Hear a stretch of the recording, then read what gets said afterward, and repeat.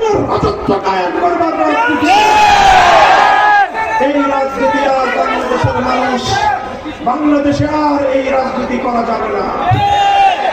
শেখ হাসিনাকে বলতে চাই, পালিয়ে গেছেন ভারতে। বাংলাদেশের 1 ইঞ্চি মাটি, বাংলাদেশের 1 ইঞ্চি জলপথ, নৌপথ এবং সড়ক পথ পালিয়ে যাওয়ার জন্য এদেশের মাটি আপনাকে সহযোগিতা করে না।